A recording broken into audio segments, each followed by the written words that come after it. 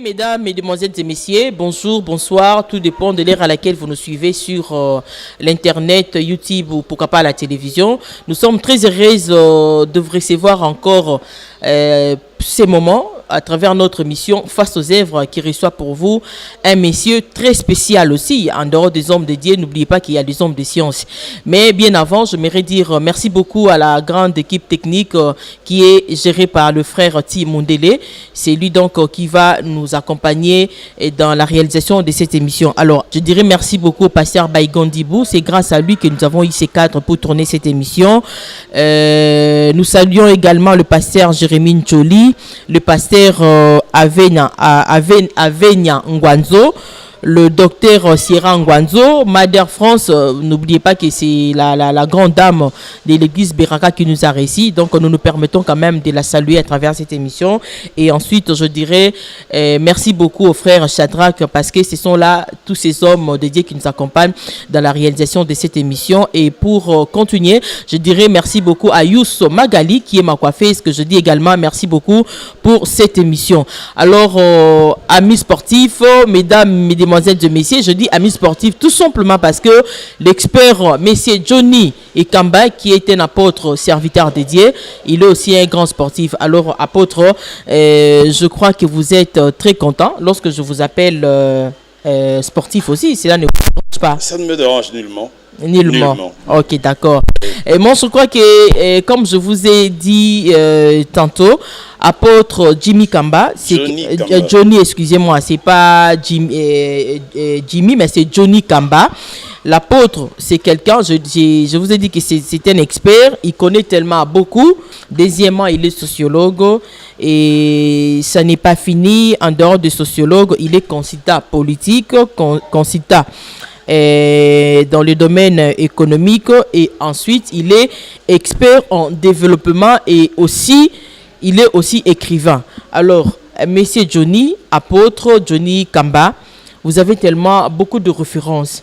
Alors pourriez-vous nous dire, moi je crois qu'avant de devenir apôtre vous êtes passé quelque part, même avant de devenir politicien. En fait, vous n'êtes pas... Je crois que je vais dire que vous êtes aussi politicien parce que lorsque vous êtes consultant en politique, ça signifie que vous aimez aussi la politique. Alors, apôtre Jimmy, moi Johnny, excuse-moi, pourquoi Jimmy me revient toujours? Alors, ça vous le savez. Apôtre Johnny, je risque d'avoir le problème avec mon mari. C'est comme si j'avais un Johnny. Non, mais c'est pas ça, c'est juste. Il y a aussi un serviteur de Dieu qui s'appelle Jimmy. Vous avez connu le pasteur Jimmy Swagar. Alors, apôtre, revenons dans notre mission.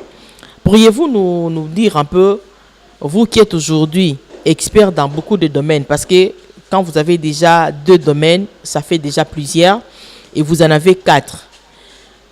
Vous êtes sorti d'une famille de leaders, vous êtes sorti d'une famille politique, ou vous êtes sorti d'une famille religieuse. Est-ce que nous pouvons savoir? Parce que cette émission nous permet quand même de découvrir aussi la personne, et que la personne nous fasse un peu son témoignage depuis l'âge de prendre des décisions jusqu'à nos jours.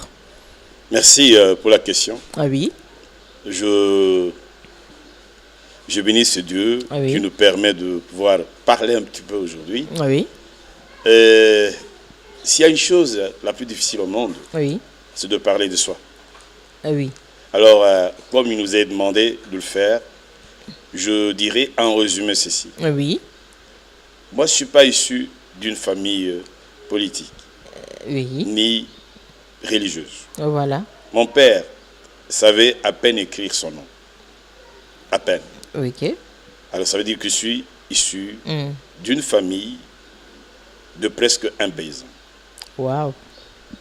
Alors, tout ce qui m'est arrivé, je le mets sur le dos de celui qui m'a créé. Le créateur. Le créateur. Parce qu'en fait, je n'ai aucun mérite dans tout cela. Oh, comment ça? Sincèrement. Parce qu'il y a des gens peut-être qui peuvent dire qu'ils ont du mérite. Mais moi, tout ce que je suis, c'est Dieu. Okay. Alors, c'est pour ça souvent, je n'aime pas trop parler de moi. C'est comme si je suis quelqu'un qui aurait fait beaucoup trop d'efforts. l'effort que j'ai fait est celui d'écouter Dieu, de me laisser diriger par lui. Mhm. Je suis chrétien. Il est vrai qu'aujourd'hui, je sers Dieu. Ici, d'une famille chrétienne aussi. Enfin, mes parents étaient catholiques. Voilà. Depuis ma jeunesse, j'y suis allé, j'étais catholique comme tout le monde. Ils ont quand même servi les seigneurs dans l'apostolat de l'église catholique. Ils allaient à l'église comme tout le monde. Comme tout le monde. Ils allaient, ils rentraient à la maison. Tout simplement. Oui. Ils n'avaient aucun même titre. pas catéchète. Ils n'avaient aucun titre. Aucun titre, voilà. Mon père n'a jamais eu de titre. Et voilà. N'importe lequel. Oh. Et il était un homme. Oui. Je l'aime pour ça. Il n'est plus. Il était un homme, tout simplement. Okay. Et qui nous aimait. Voilà. Tel qu'il était. Vous étiez au nombre de combien, si nous pouvons savoir? Vous savez, je vais le dire, mais je ne vais plus entrer dans ces détails-là.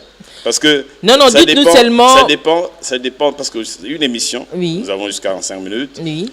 Et tout ce que nous avons à dire nous prendra beaucoup de temps. Mais je dis quand même que nous étions 8 dans notre famille et que je suis l'aîné.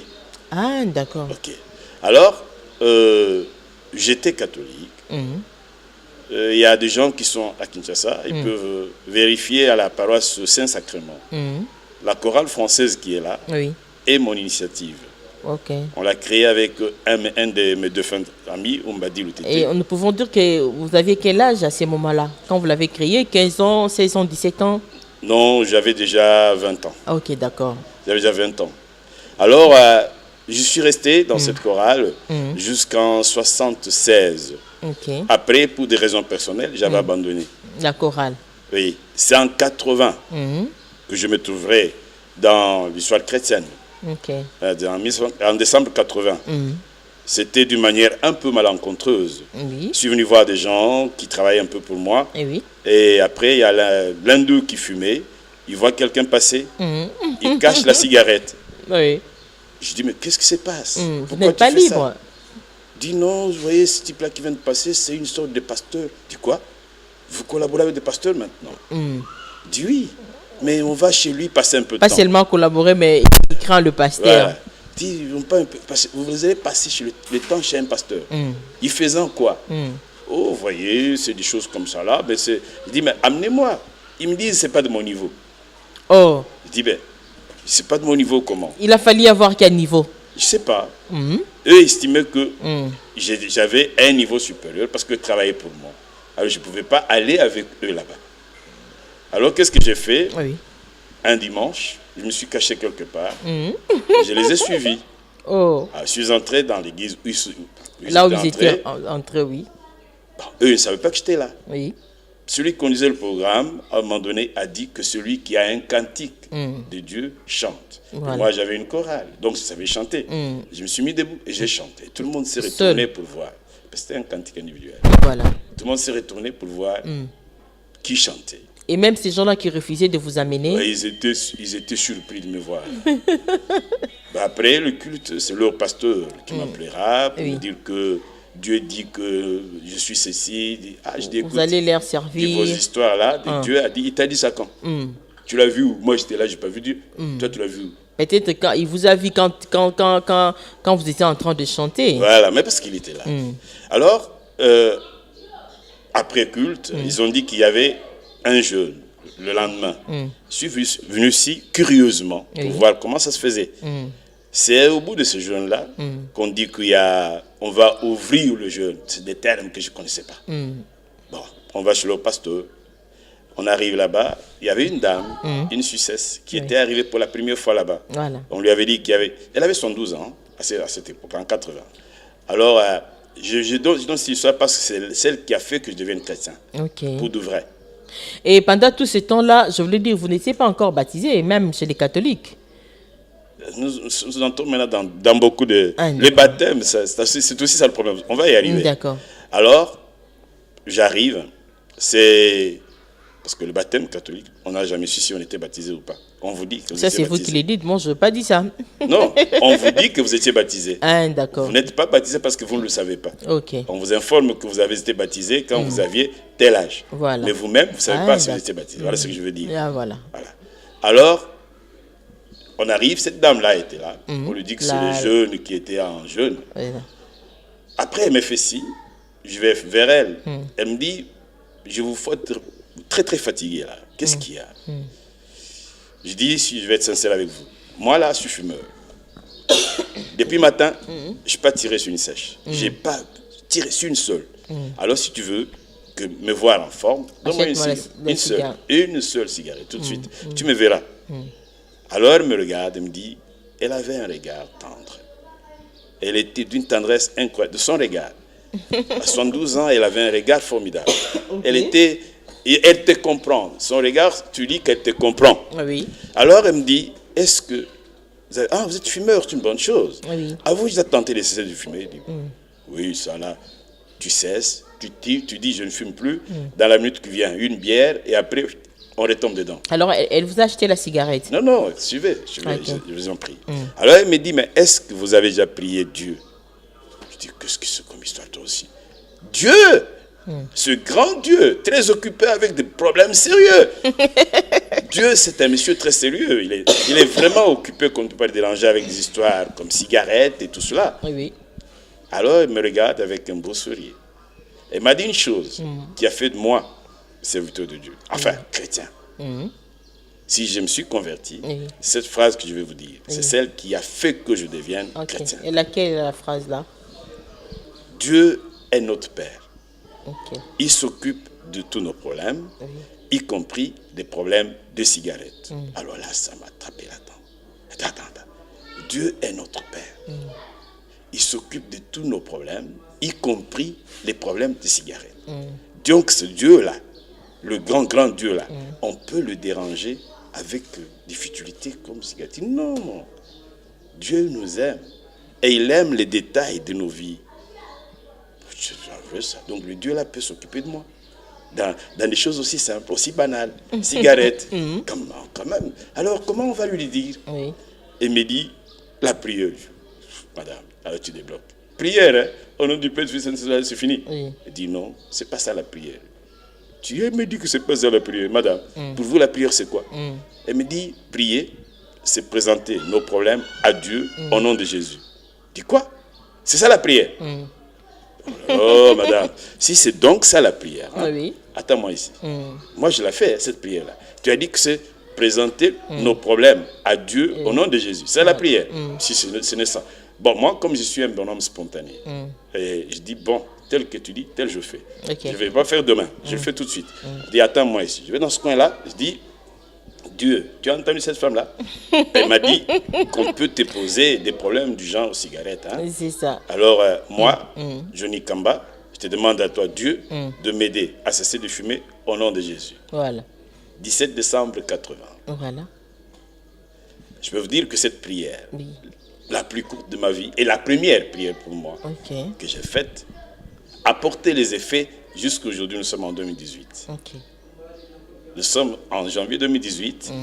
Depuis décembre, le 17 décembre 1980, je ne fume plus. On ne m'avait jamais imposé les mains. C'était facile? Non. Après la prière là? Non, c'était pas facile. Quand, aussitôt après, j'ai cru que j'allais mourir. Quand vous avez abandonné la cigarette? Non. Aussitôt quand j'ai fait la prière, et voilà.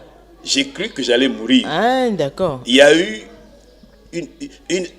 un désir de fumer qui me ténaillait. Wow. J'ai dit, je veux crever. Alors, j'ai même plus attendu. Je ne sais même plus comment elle s'appelle. J'ai couru chez moi. Je suis allé, j'ai attrapé mon paquet de cigarettes. J'ai mis la tige. Je veux craquer les allumettes. Les mains ne veulent pas. Ah oui. Je quitte là-bas, très fâché. Je vais chez ceux je dis que j'avais suivi là. Dis, donnez-moi, parce qu'ils vendaient pour moi des cartons. Alors, j'allais prendre des cartouches. Alors, ils me tendent un paquet. Je dis non, pas le paquet. Une tige, je refuse la tige. Alors, je veux la cigarette fumée. Là, ils se disent, mais c'est pas vrai. Ce type prend une cigarette. Alors, ils veulent faire des... Qu'est-ce qu'il y a? Un débat. Ah non, le ton n'était pas bon. Ils me donnent. Je tire, c'était mauvais. Je remets. J'étais toujours nerveux. Donc, le goût avait changé. C'était très mauvais dans la bouche. Je cours chez un ami. Alors, j'arrive. Dis, bon. Dès qu'il me voit, je vais dire tout ça. Dis, bon. Il sait, s'il te plaît, il me tend le paquet. Non, ne dis pas ça. Donne-moi celle que tu fumes. Lui aussi appelle sa femme à témoin. Dit, ce type est devenu fou. Il commence à demander une cigarette fumée. C'est quelqu'un que vous a connu? Si, me connaissait bien. C'était un ami à moi. Alors je prends Et tous ses amis savaient que vous... J'étais un grand fumeur, j'étais connu En fait, pour ça. quand vous avez eu à faire la prière.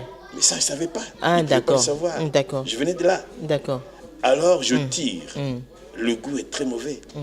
Je jette et j'écrase. Je dis, mais comment tu as fait ça? Comment je fais ça? Je sors le paquet de cigarettes. Moi, je ne mange pas de cigarette quand même. Je donne le paquet que j'avais. Et j'ai eu une paix en moi, Oui. comme jamais j'en ai eu. Vraiment. Et depuis ce jour-là, jusqu'à maintenant où je parle ici, sentir l'odeur de la cigarette me dégoûte. Je vous dis, c'est ma première petite prière. Oui. J'ai Que expérimenté. Dieu avait exaucé. J'ai expérimenté Dieu. Sans que vous le sachiez qu'il va exaucer. Voilà. Non, j'ai cru en ce qu'on m'avait dit. Voilà, par la que dame. Dieu Oui.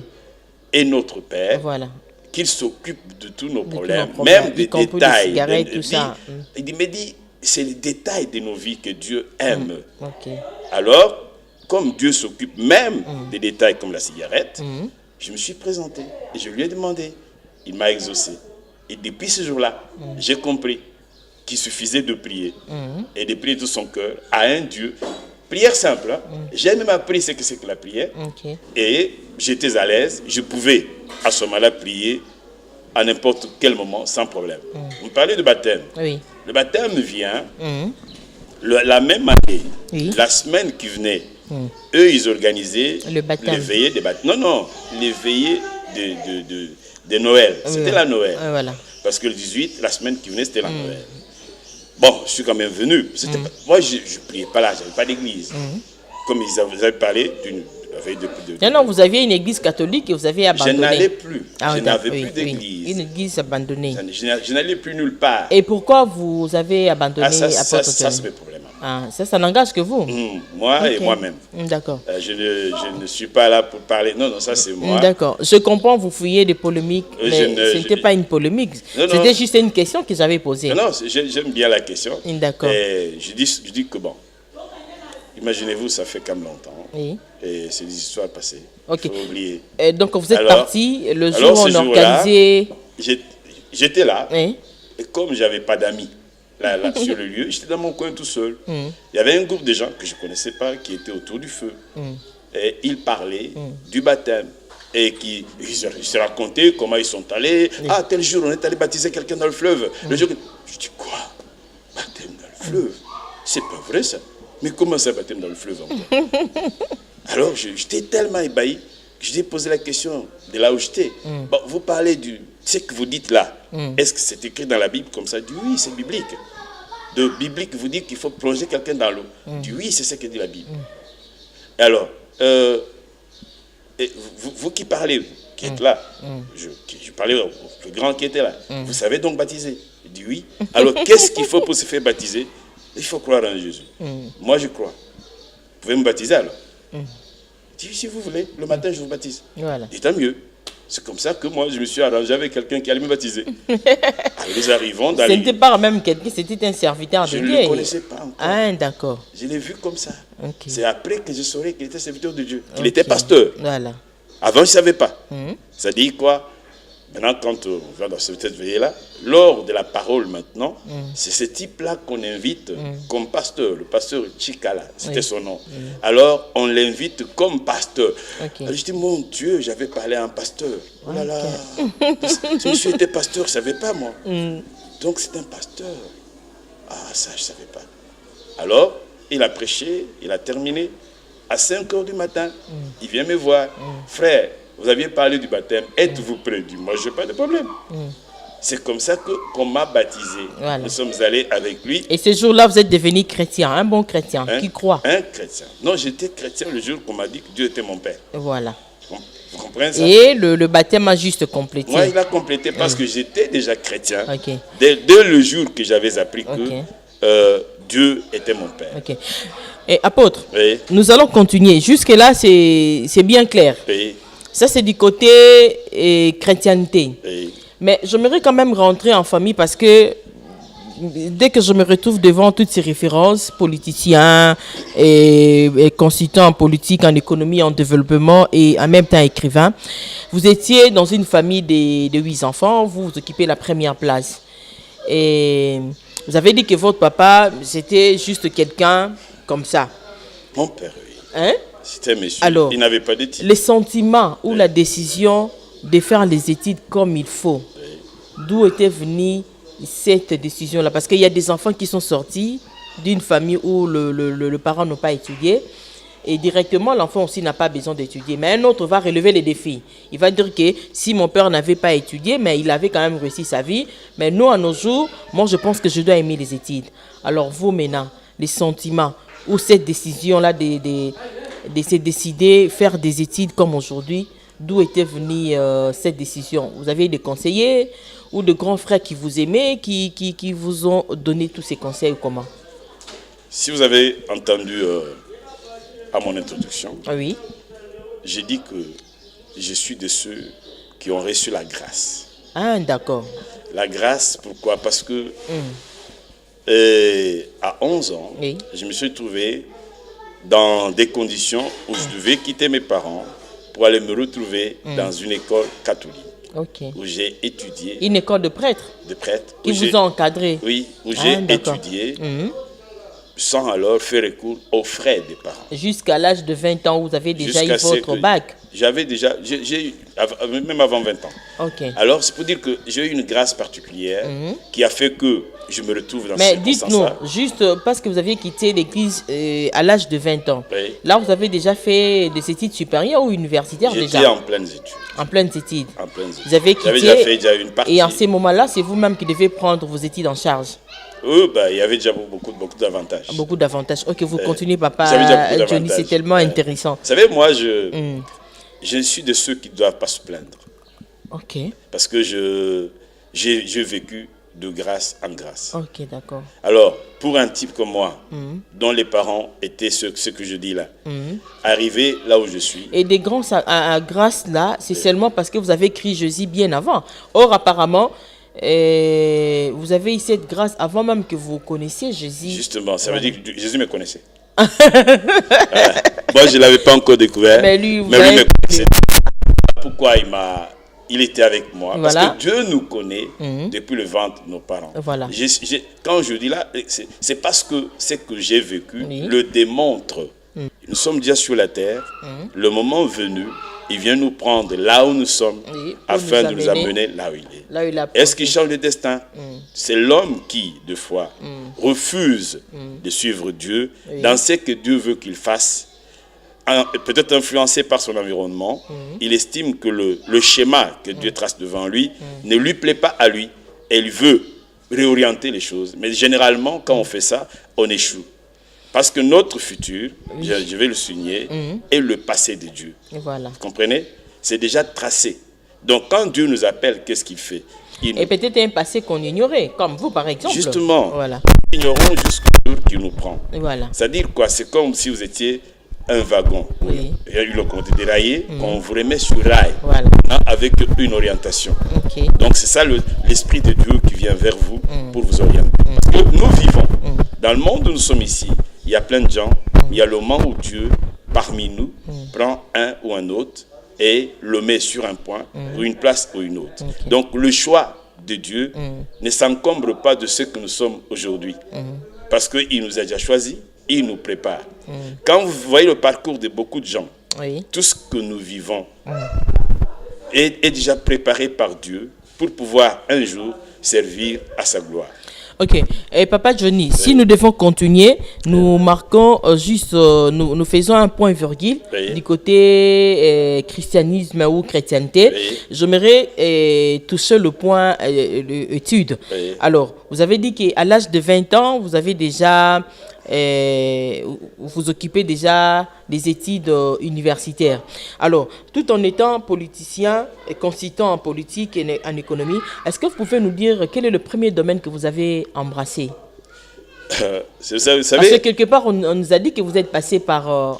nos sources nous ont dit que vous êtes passé par l'INA. Ce qui veut dire qu'à l'INA, il y a la musique, à l'INA, il y a l'art dramatique. Je n'ai pas été étudiant à l'INA. À l'INA, il y a l'animation et l'animation et le développement. Alors, vous avez fait quoi au niveau de l'INA? Je n'ai pas étudié à l'INA.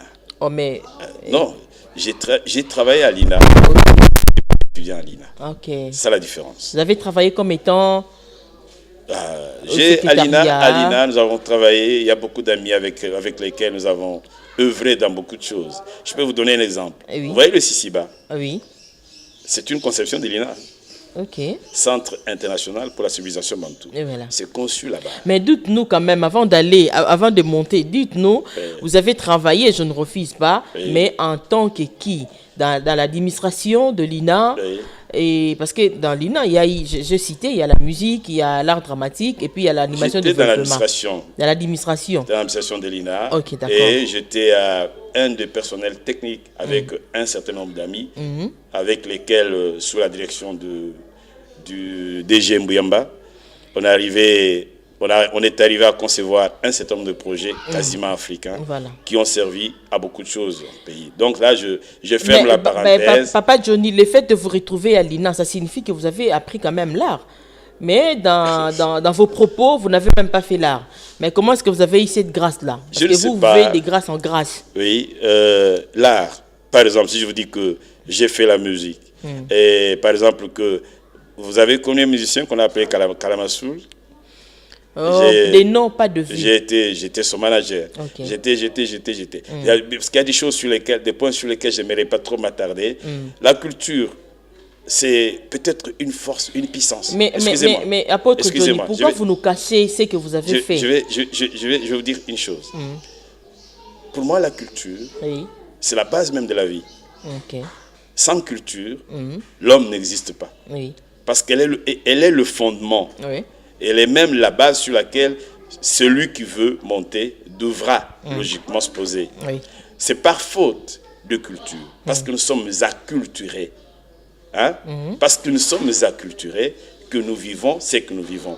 C'est parce que l'Afrique, et surtout l'Afrique centrale, est acculturée qu'elle a une mauvaise compréhension du christianisme, une mauvaise compréhension de la politique, donc nous avons mal interprété presque tout parce que nous avons manqué de base. La culture, c'est le fondement. C'est lui qui renie ce qu'il est, il s'opère en tout. Donc nous sommes presque sans repère. Non, papa Johnny. Souffrez que je termine. Souffrez parce que c'est vous qui avez. D'accord. Je voulais passer comme ça. C'est vous qui me ramenez là-dedans. Oui, parce que nous voulons entendre des œuvres, c'est ça. C'est pour ça que je dis qu'il n'y a pas d'œuvre sans culture. Voilà. Par exemple, je vais vous donner un exemple. Parce que nous parlons un peu à ce mouton. Je vous ai dit que je suis peut-être consultant politique. Moi, j'ai eu à avoir un parti politique. J'ai contribué... Que vous n'avez même pas fait la politique. Si. Moi, j'ai fait la politique active. J'ai eu un parti, j'ai participé à la conférence nationale. Mais comment on pouvait vous donner tous les partis là alors que vous n'avez même pas fait la politique? Vous n'avez même pas étudié la politique en classe. Ça aussi, c'est là où il y a les problèmes. Oh, quelle grâce! Grâce en désordre comme ça. Renseignez-vous, Johnny Kamba, président du Parti du Peuple. Je sais, j'ai appris, j'ai entendu, raison pour laquelle je vous ai cherché. Vous allez voir ce qu'il était en tant que politicien, même s'il n'a pas ce diplôme dont vous parlez. Vous tenez beaucoup trop de diplômes. Ce sont pas... J'aime les études, je les aime beaucoup, mais je ne crois pas seulement que ce soit les diplômes qui font l'homme. Voilà. C'est ça, je vous ai déjà dit que je suis un produit de Dieu. Parce que le problème que les gens ignorent est ceci. Dieu est omniscient. Aujourd'hui, on a pris Dieu, on l'a relégué dans un coin et les hommes ont cru faire la vie sans lui. Et je vous dis que vouloir faire la vie, vouloir gérer le monde sans Dieu, c'est vouloir gérer l'homme sans catalogue. Parce que c'est lui qui a créé l'homme, qui a créé le monde, c'est Dieu. J'insiste qu'il est omniscient. Il n'y a aucune science, aucune alors, qui échappe à Dieu. Parce qu'il est l'inspirateur de tous les scientifiques. D'autant que tous ceux qu'ils disent, tous ceux qui font leur force, ils disent qu'ils les ont découverts. Souffrez qu'on termine. Parce que nous parlons de Dieu. Nous parlons de Dieu. Oui, Papa Johnny. Parce que tout se centre sur Dieu. Le monde se meurt aujourd'hui. Le monde s'opère parce qu'il a perdu les repères. Les repères que représente le Père de l'humanité, le Créateur de tout, qui est le Dieu Tout-Puissant. Quand on s'est soustrait de Dieu, on le met de côté, ça veut dire on a jeté la vie. Et tout ce qu'on commence à faire devient folie. Parce que ce serait limité et dans le temps et dans l'espace. Or, si on est connecté à Dieu, il n'y a aucune science qui échappe à l'homme, parce que Dieu est l'inspirateur, il est révélateur des choses que les gens ignorent. Voilà pourquoi, quand on est avec Dieu, on est à même de mieux comprendre un certain nombre de choses que le commun des mortels ne comprend pas. Mais apôtre Johnny, c'est un peu compliqué. Je sais que les gens vont vous suivre. Ils vous ont suivi depuis le début et nous avançons petit à petit. Vous dites que non, toute votre vie est faite que sur la grâce. Je ne refuse pas. Et vous avez dit que le diplôme ne représente rien. Non, c'est pas ce que j'ai dit. Oui, ok. Je rectifie. Non, c'est moi qui vais rectifier. J'ai dit ceci. Oui. J'aime les études. Et voilà. Voilà. Les études et les diplômes, ça fait deux choses différentes. Et voilà. Parce que on peut avoir un grand diplôme sans avoir fait de grandes études. Voilà. Mais il y a des gens qui ont de grands diplômes avec des grandes études. Quand on les voit, ils défendent leur classe. Comment vous voulez expliquer cela? Parce que si quelqu'un n'a pas fait l'université, comment est-ce qu'on peut lui donner... Non, je ne veux pas expliquer, je vous dis seulement, ce sont des constats que nous avons. Non, nous sommes déjà dans une émission. Si les débats commencent ici, c'est que même les gens qui vont vous suivre auront du mal à vous comprendre. Non, moi je suis prêt pour n'importe quel débat. Je vous dis ceci. Oui. Je suis un scientifique. En fait, ça nous ne faisons pas les débats. Non, j'aime la science. Oui. J'aime la science. J'aime les études. J'encourage les études parce que sans études, on n'est rien. Il n'y a aucun domaine où l'on peut exceller sans études. Voilà. Dans tous les domaines, il faut toujours s'informer, se former pour être transformé. Parce que tout en étant même écrivain, il semble que vous êtes aussi écrivain. C'est pour ça que je dis que tout s'apprend sur la terre. C'est pour ça que j'ai parlé de culture. C'est que c'était dans une étude que vous avez appris à écrire. Mais justement, parce que quand on dit grâce de Dieu, ça ne veut pas dire que c'est la magie. La grâce de Dieu n'est pas la magie. La grâce de Dieu nous permet d'apprendre et de comprendre facilement certaines choses que quand parce que quand une certaine expertise nous bloque. Mais quand je suis avec Dieu, je considère que je ne connais encore rien. Je suis ouvert à tout apprendre. Vous comprenez?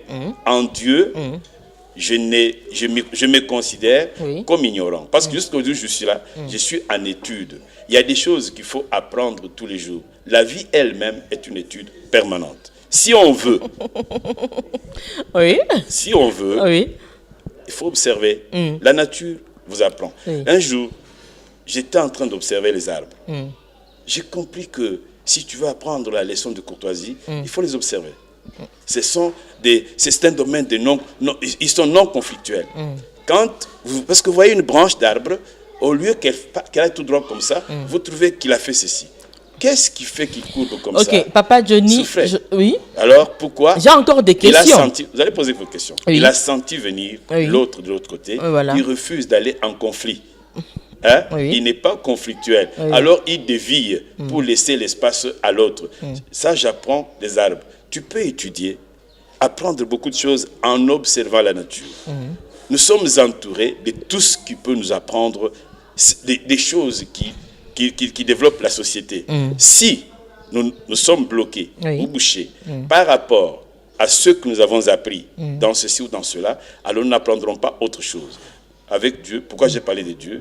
Parce que je reste ouvert à apprendre de vous. Quand je vous observe, je dis, oh, Nancy, là, vraiment, ça, c'est bon, je prends. Là, c'est bon, je prends. Parce que la personne, la nature et tout ce qui m'entoure forment pour moi des écoles.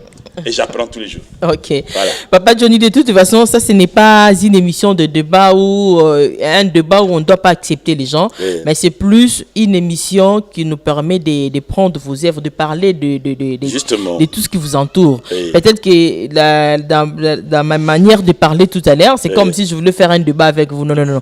Ça, c'est une émission, comme je vous avais dit, c'est face aux œuvres. Nous prenons seulement les œuvres. D'ailleurs, Si vous êtes là, parce que nous sommes en train de louer vos initiatives, tout ce que vous avez. Alors, Papa Johnny ou Apôtre Johnny, parlons-nous un peu de quelques activités que vous avez organisées, parce que nos sources nous ont dit que vous avez quand même organisé beaucoup d'activités sportives au niveau de l'INA.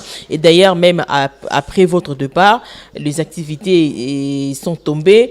Est-ce que vous pouvez nous expliquer je dis que quand nous étions là, avec les amis qui étaient, on avait pris l'initiative de continuer un peu le sport universitaire. Alors, on s'organisait pour organiser le sport d'une manière un peu générale. Il y avait le basket, il y avait le foot, il y avait le volley. Et qui jouait? C'était les étudiants. Vous prenez les étudiants. Les étudiants des divers, comment dire, des diverses universités, instituts, tout ça. Donc, on y venait. Et à cette époque, l'INA avait quand même ses joueurs dans chaque discipline. Si, l'INA avait aussi ses équipes. Et comme en football. Oui, l'INA avait ses équipes. Et c'est comme ça qu'on organisait ces rencontres-là, en informel, bien sûr, parce que ce n'était pas des rencontres officielles. Mais apparemment, ce n'étaient pas des équipes aussi bien connues. Je dis que c'était un informel. Okay. Un informel, parce qu'il fallait quand même entretenir le sport d'une manière ou d'une autre. N'ayant pas l'aval de l'université, du ministère de l'enseignement supérieur, on organisait ça à notre niveau, avec, comme on pouvait faire des choses qu'on peut appeler intercampus. Ça veut dire interuniversitaire, mais ce n'était pas avec l'autorisation du ministère de l'enseignement supérieur. Donc, c'était quelque chose qu'on organisait en informel, mais quand même, on entretenait le sport au niveau universitaire. Alors, apôtre Johnny, vous êtes apôtre et en même temps, derrière vous, il y a les chapeaux de consultants en politique et en économie. Je commence par la politique. Comment vous en sortez? Parce qu'il semble que les gens disent qu'un homme de Dieu ne peut pas vraiment travailler dans le monde politique. Alors, comment nous pouvons définir ça? Vous êtes quelqu'un de bien, vous vivez de grâce en grâce, c'est bien, vous êtes très intelligent, je veux dire, hein, vous êtes très intelligent parce que quelqu'un qui écrive, et je ne le crois pas parce que vous l'avez écrit sur papier pour nous présenter, mais au moins, on a eu à faire nos investigations, on a su réellement que vous êtes ce que vous nous avez dit tout à l'heure. Mais alors, vous en sortez comment? La politique et l'Église. Voilà, tout part des définitions, de la compréhension. Oui. Qu'est-ce que c'est que la politique? Un jour, je disais à quelqu'un, je peux écrire la politique autrement. P-O-L-Y. De votre manière, mais pas de la manière où elle est exercée. Soufflez que je termine. Ah oui. Je peux écrire la politique, P-O-L-Y, éthique. C'est-à-dire poli, plusieurs tics. Voilà. La politique, je dis, c'est un art de seigneur. Parce qu'en elle-même, c'est un art. L'art de gérer la société. Alors, je me demande bien comment on peut dire qu'un chrétien ne peut pas faire la politique. Alors que c'est un art de gérer. Or, entre autres dons. Mais la gérance n'est pas de la même manière que vous traitez des affaires dédiées. Là, c'est purement humain. Soufflez que je termine. Voilà, justement, c'est ça le problème. C'est ça tout le problème que nous avons. Cette compréhension, je ne sais pas d'où elle vient. De dire que ceci est de Dieu et là est de l'homme. Quand est-ce qu'on sépare Dieu d'avec l'homme? J'ai une amie qui me suit depuis Belgique, Lucie Moussia, qui m'a dit non, si vos pasteurs là, moi j'accepte un pasteur, mais un pasteur qui dit pasteur, politicien, en tout cas ça, moi j'ai du mal à accepter. Ceci, quand on ne connaît pas ce que c'est que la politique, surtout, voilà, qu'on donne raison à tout le monde, compte tenu de ce qu'on appelle politique aujourd'hui. C'est ça toute la...